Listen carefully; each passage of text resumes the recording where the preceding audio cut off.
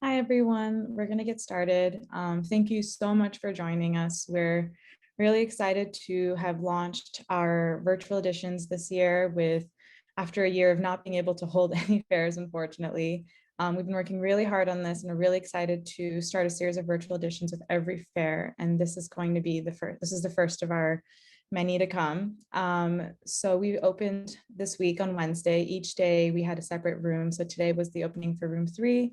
The fair featured 75 artists from around the world, handpicked, and they're all artists that we love and we work with. And so we're really excited to kind of give each room about 25 artists each and get to give them focus individually. And then the fair will be open tomorrow and Sunday for all 3 rooms. So we'll just go through and get started.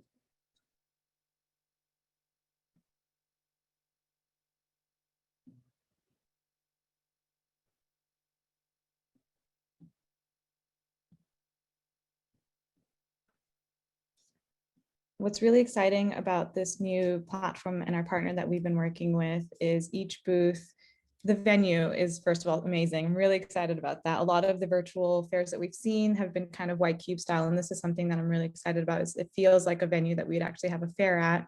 It's actually a London venue, I believe. And each booth actually has a Meet the Others video, which is about 30-second clip with each artist. It has a chat button where you can set up an appointment, their social media, go to their Saatchi art profile. So as you navigate through the fair later today and throughout the weekend, definitely take advantage of these features, because I think the part that makes the fair the most exciting is being able to talk to these artists. And we're really excited to offer these types of features in this virtual fair where people have the opportunity to do that. We'll also be able to talk to artists right now. Our first artist is Barbara, and we're very excited to work with you. Hi, Barbara. You can. Yep. Hello. I'm very happy to be there. Thank you so much for joining us.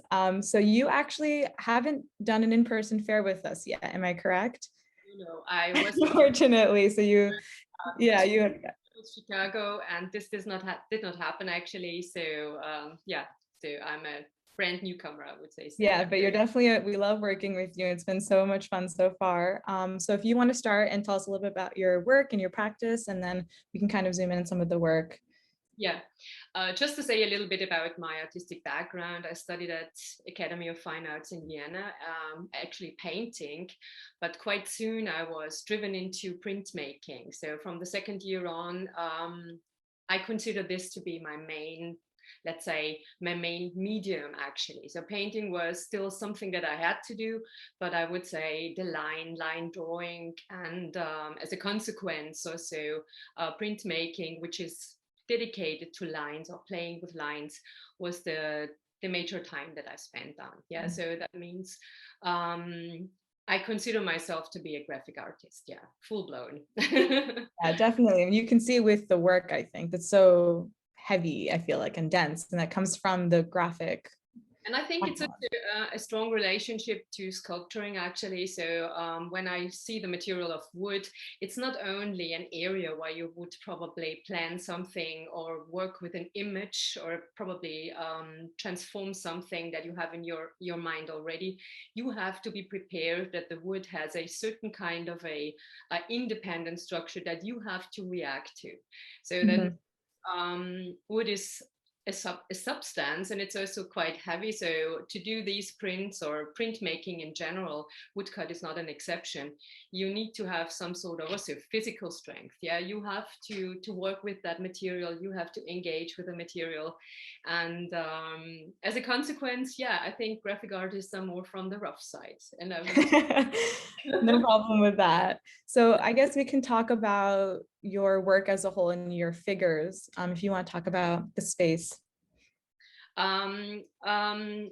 I consider my figures coming from a time where I also was driven into comic and cartoon drawing, but quite soon that gave me a certain kind of a limitation in terms of expressing myself. Cartoons are quite stereotyped sometimes, so you have to go, you leave that, let's say, comfort zone and go into real art, and you can just do that by transforming yourself or your own, let's say, approach to the subject matter, I would say. So yeah.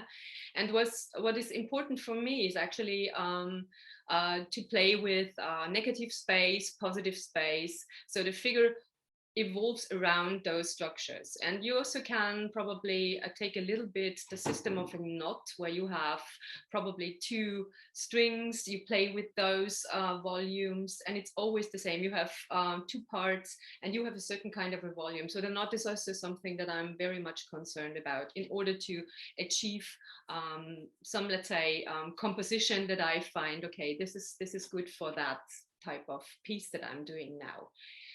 What is also important, I don't plan something. So most of the time it's also the case. Of course, I do a little bit of drafting, but I cut directly with a knife. So that means there is not much drafting or something, yeah, to plan a sujet or something like that. Directly cut. And sometimes, of course, I do a little bit with a pencil, but that's practically everything. Yeah. What is important for me is that it's very traditionally done. So it's just the wood, it's the paper. I rely on very high quality materials. So this is what I probably play around. And yeah, the only thing that I use, I have a printing press, of course, for smaller things, but this is actually the tool that, yeah, produces those prints actually. Wow, that's amazing. Yeah. Such a small thing creates such beautiful work. Yeah, when you know a little bit about Japanese woodcuts, it's also, everything is handmade, and so it is with those ones. So there is no much, it's not a miracle behind, yeah, actually not. Definitely. Well, I guess we can talk more about this work in particular. Yeah. So beautiful. I love the color. I mean, it stands out so much. I think you did a great job with your booth and the way you curated it. And this piece really stands out. For me, I think that colors don't signalize the color actually. It's more a matter, yeah? So that means the color can be compared to weights, yeah? That means the volume and the weight of something also can correlate to let's say, activities. So when a figure is sitting, you should feel that the figure is sitting. Yeah, the sitting is the most important part, and not the transformation from reality. I'm not interested in taking pictures from reality or do some drawing according to nature. No, this is not interesting. So I want to show the bending, the transformation, also probably the limits. What can you do with your body? I'm a physical person. I like sports very much, to be honest. And this also gives me some, I try it out. How far can you go with your own physical, let's say, dimensions? What is important? And actually, I don't see any limitation in terms of what is allowed and what is not allowed. So you can show everything, yeah, with a little bit of humor, I think. Yeah. I know this piece definitely plays with the idea that you were talking about negative space and positive space. And the way that you've even like created the figures and the way they are like somewhat a mirror of each other, but then also not. And I think that that's really beautiful. And you can feel that kind of tension between the symmetry that is almost there, but not there. And it's really just stunning. I think generally spoken, I think for me it's important to more transform those relationships with sculpturing. I think that one color is enough actually. So I think positive and negative space ideally can be transmitted just when you focus on one color. So when you use more colors, you have a different subject matter probably. But for me, this is the best way to express myself. I tried with more than one color, but then I'm completely confused. I cannot. So. For you, the one is enough. This is the case, and I think the line gives me enough freedom. I love colors, but not so much that I would probably not see the limits of color. Yeah, I think what you have to say, you can say with one color and one line as well. Yeah, definitely. Well, so beautiful. Thank you so much.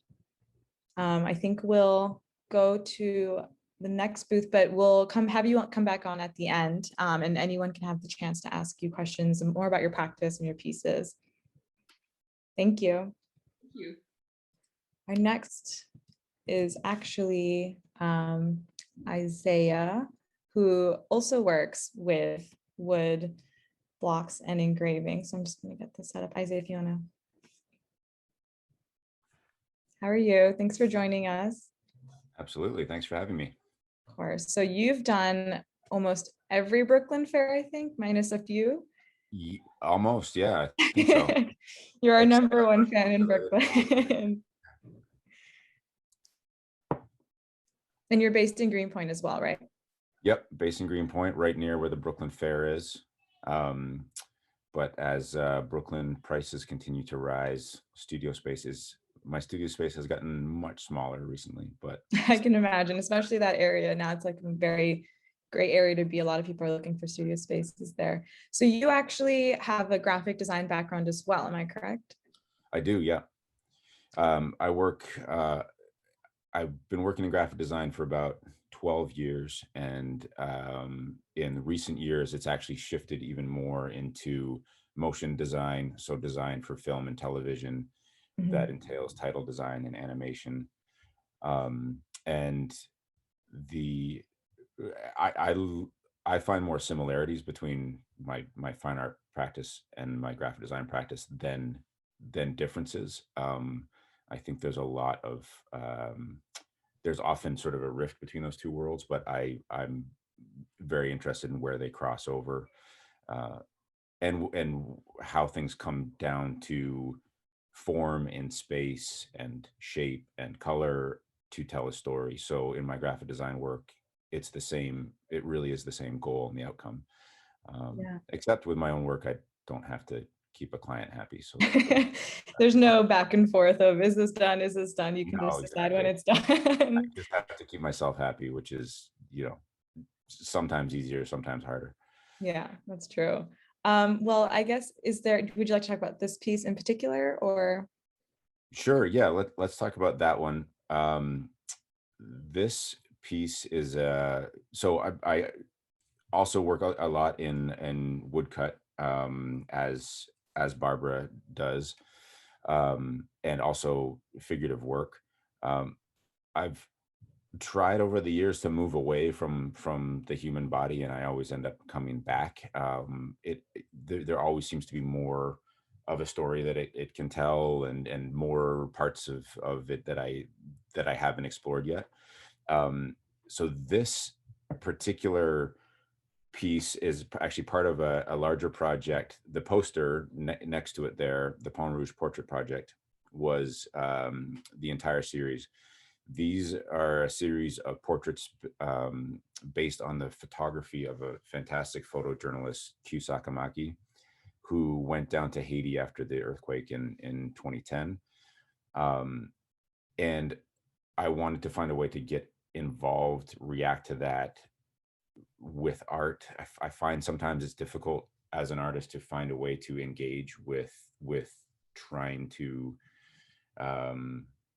do some sort of good for community. Sometimes art can feel very separate from community and people's day-to-day life, and it's in a gallery and it's away. So I'm always looking for ways to try and bring art and real human experience together. So this project was an example of that. This is an older project now, obviously. It's from 2010, but I still like to show these works. People react strongly to them. I think it's also important that these stories haven't gone away. Haiti still hasn't fully rebuilt after the earthquake. The news cycle's gone by, and things are still happening. So to talk a little bit about technique, Barbara actually spoke far more eloquently than I could about woodcut. So similarly, I do draw on the piece of wood before I start carving, at least when I'm doing portraiture, but I don't work too much. I try and keep it loose so that when I start carving with the carving tools, the line has some energy and some freshness to it. And that is part of what I love about woodcut. As you can see in my booth, I do different types of printmaking, and actually my more recent work, which is not shown here, also does a lot of collage. But part of what I love about the woodcut, which feels a little bit like cheating, I'll be honest, is that beautiful mark that the tool makes as it carves out. And I Mhm. carve fairly quickly. I allow for wood to chip out and, you know, happy accidents to happen, and allow that sort of looseness to come into the work. Um, for me, I also have a background in carpentry and construction, and when I discovered wood block, it was sort of the last type of printmaking that I studied. And once I found it, I just fell in love with it. Yeah.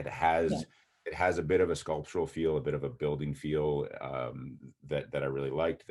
That reminded me of my construction work, and so the whole process is just really enjoyable, and I love the results. It's also really intriguing that both you guys talk about this graphic design background and the line and the form, and how you both also found wood block and wood carving, and that kind of similarity that kind of comes through in something that I think maybe a lot of people haven't done that connection before, and like made that connection before.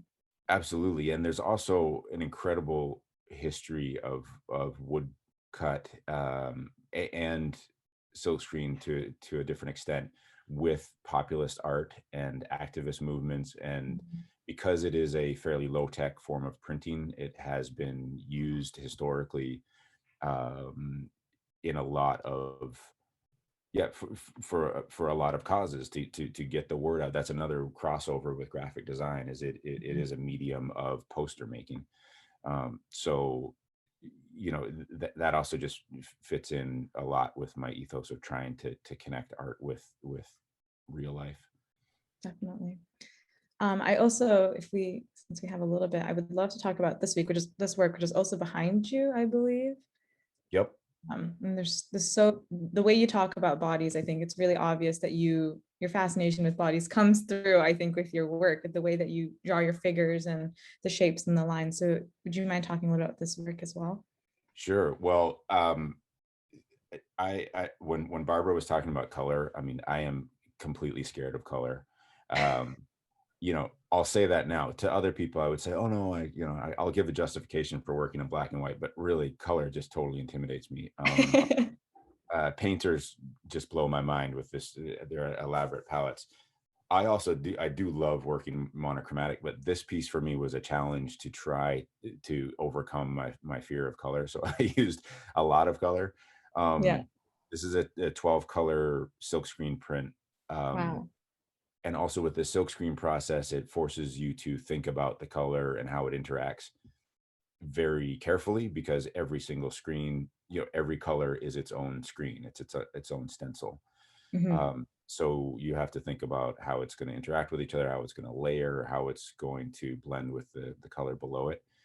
Um, I was also looking very explicitly at trying to copy how Egon Schiele uses color in such a strange way. He puts colors right next to each other that without any blending, especially in the human body, and his coloring of skin. I mean, he'll use like a blue next to a red, and somehow it works. So this was also an exercise for me to try and look at one artist who does something that I don't understand, and try to deconstruct it and understand it, and hopefully understand color a little bit better. You can definitely see the influence, I think, in your work and your figures in general, but especially in this piece. I feel like that's why I kind of wanted to ask about this one, because it's so different from the other stuff that I feel like I've seen of yours, but it also feels like a continuation of your work in your body. And it's really beautiful. Well, thank you. Yeah. Yeah, it's always challenging when asked to put together these booths for a fair. Um, my work is always changing. I keep jumping around from medium to medium. I think it's part of just the curse of being an artist, and also having a day job, is I never fully get a style out of my system before I want to jump to the next one. Yeah. Um, so finding a through line, but also showing a diverse approach is important when I put together a booth. Mm. Um, might be incongruous, I don't know, but hopefully there's some sort of through line. No, definitely it comes across, I think. I always like how in your in-person booths, you also have the actual wood blocks there sometimes. And that's Yeah. really, I think helping people understand that process and the way that it works is really awesome. You're reminding me that I forgot to bring one with me. Oh no, so sorry. It's totally fine. Maybe Barbara has one. Yeah. Well, thank you so much. And we will bring you back on at the end. So I'm going to go to Kristen now.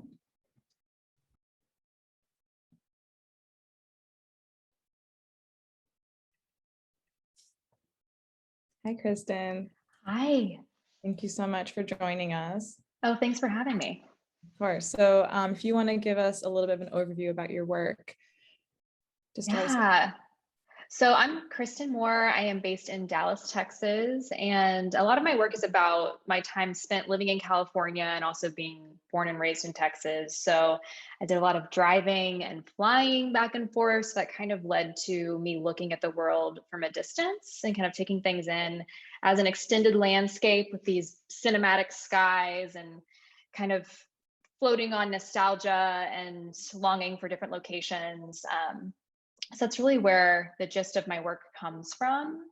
And yeah, this do you want me to keep going about this series? Yeah, we can talk about the series. I can zoom keep in. talking. Yeah. So basically, like I mentioned, a lot of my work is based off of the Western US specifically. And then I picked this series to focus on Las Vegas for a variety of reasons. I've been really interested in neon signage, roadside signage, those quirky things you pull over to take pictures of when you're traveling. And I actually been really keeping my eye on the Neon Museum, which is in Las Vegas. So that really is what drove me to go out there and start working on this series. And if you haven't heard of the Neon Sign Museum, basically it's all of those old Vegas Strip neon signs that are literally in a yard and they almost create their own landscape. So yeah, it's really interesting. So that's really what sparked this body of work. And it's sold, I can see, which is really exciting. Yeah, super exciting. I mean, it's really special to me when people connect with my work and can relate to the locations that I'm painting. So that's really kind of what keeps me going, is that common experience with location and atmosphere and specific nostalgia for different places that we've lived or visited. So I remember when we talked previously before, we talked a lot about, this driving route, because you were in Marfa when we talked last, and yes, this driving and this back and forth, and also this like sense of like the West and the road and this Americana feel. And I think that really comes across in your work. And it's really interesting. Before we'd even talked, I like noticed that idea and that feel of like wanting to drive in the West, kind of, very like 70s Americana style, I would say. And I love it. And the talking to you is exactly that. So it definitely comes across in your work. If you want, it'd be nice to hear more about like that more. I think like Absolutely. The highway plays a role in your work. Absolutely. So I like to mention that I still have the same 4Runner I've been driving since high school.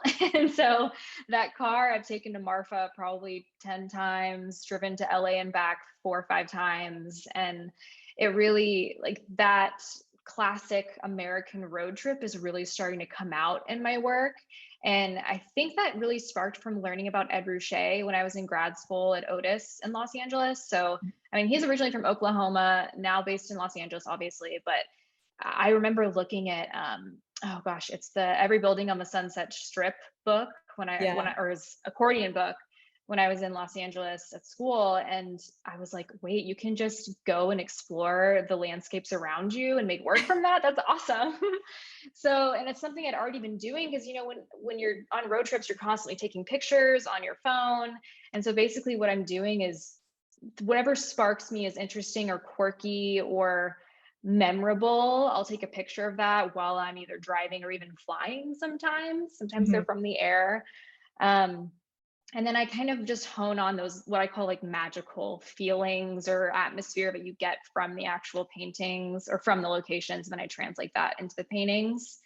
And it's a special experience. And I like that other people can share that. And that's really what adds to my work, I think. So yeah, I know you use the word atmosphere a lot, and I think that that's such a perfect word. Like with all of your skies, I know a lot of your pieces, I think if we go over here, you do a lot of these as well. And I feel like the color and the sunset, it's just very like I don't know, you just imagine these kind of sunsets in the atmosphere that like, Mhm. because that's how the coloring happens, is I think there's like some reaction with, I'm totally not Yes. able to talk No, about this, but it makes sense that you say that, because the reason I started painting, and this, I call it an ombre effect, but basically yeah. when I lived in Los Angeles, being from Texas, I missed those big open spaces and driving 10 minutes down the freeway and seeing cows and farms. So what I would do is when I lived in LA is I would actually go to a lot of overlooks and those hiking areas where you can just kind of take everything in from a distance. And then there's always that haze of smog, Yeah. which is not good for the environment, but it does really good things for sunsets, and it looks really beautiful sometimes. So that haziness and that being able to visualize that atmosphere from an overlook is really what sparked the way that I make work now. So I just, keep approaching it that way, and it just keeps coming out, and I love it. I'm a sucker for a good gradient. My friends can say Thank that if you. you look at my Instagram, it's all sunsets and gradients. So They're so I definitely relaxing. relate. Yeah, definitely relate to this. Well, Yeah. awesome. Thank you so much. I think we'll go and get everyone back on, and I'll stop sharing my screen, and we'll do a couple minutes of questions and answers. Awesome.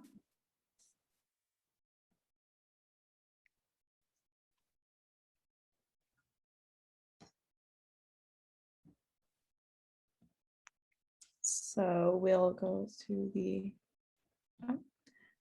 um there were a couple questions about the size and mediums, but I think Brianna got those.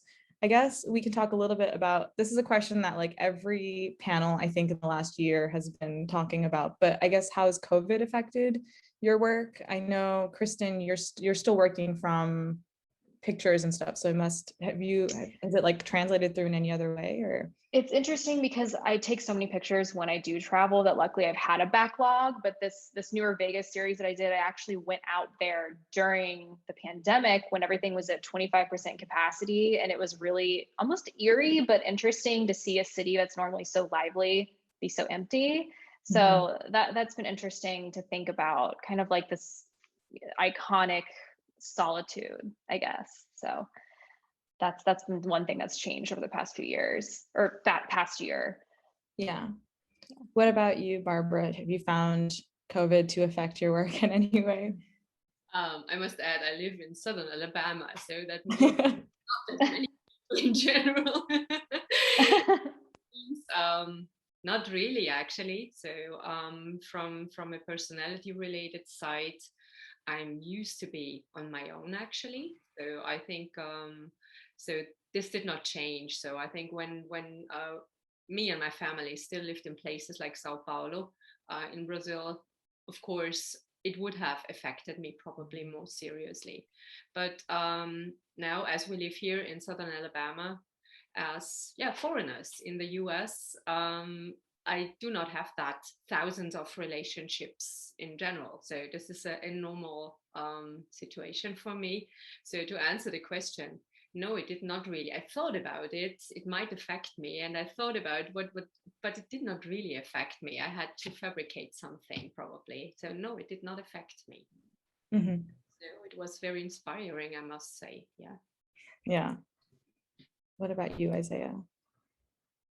Yeah, it affected me. It just in the predictable way of lack of time. I've got a 5-year-old daughter, and I mean, everyone I know who has kids during COVID is, if everything else is fine, I got nothing to complain about. You know, a lot of people have it worse.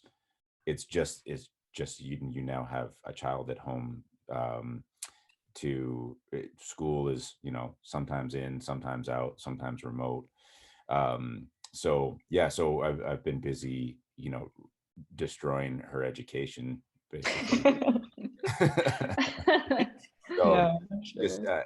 but one fun thing I managed to do early on in COVID was put a call out. I started doing some doodles that I called COVID nudes, that were just, quick figurative drawings, or even repurposing some of my old art and then adding a mask or something like that. And then I was having fun with that, and I put a call out on Instagram for other people, other artists, to do some, and it was great. It was so cool to see people doing their own variation of that.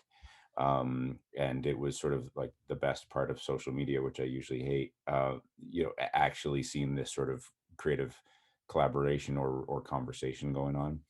Yeah. So I'm really hoping that if my child ever has childcare again, I'd actually like to flesh out a series of COVID-19 nudes and see what that looks like. That'd be really cool. I know, I feel like that's something that kind of came across the board, was there's so many more projects and collaborations, and the artist support pledge, which was amazing. So definitely felt very like coming together. We have a good question. What do you guys think about when you make art? Do you guys try to embody a specific emotion or absorb the vibe of some reference material, or what? So thank you, Yuki. If anyone wants to. Anyone?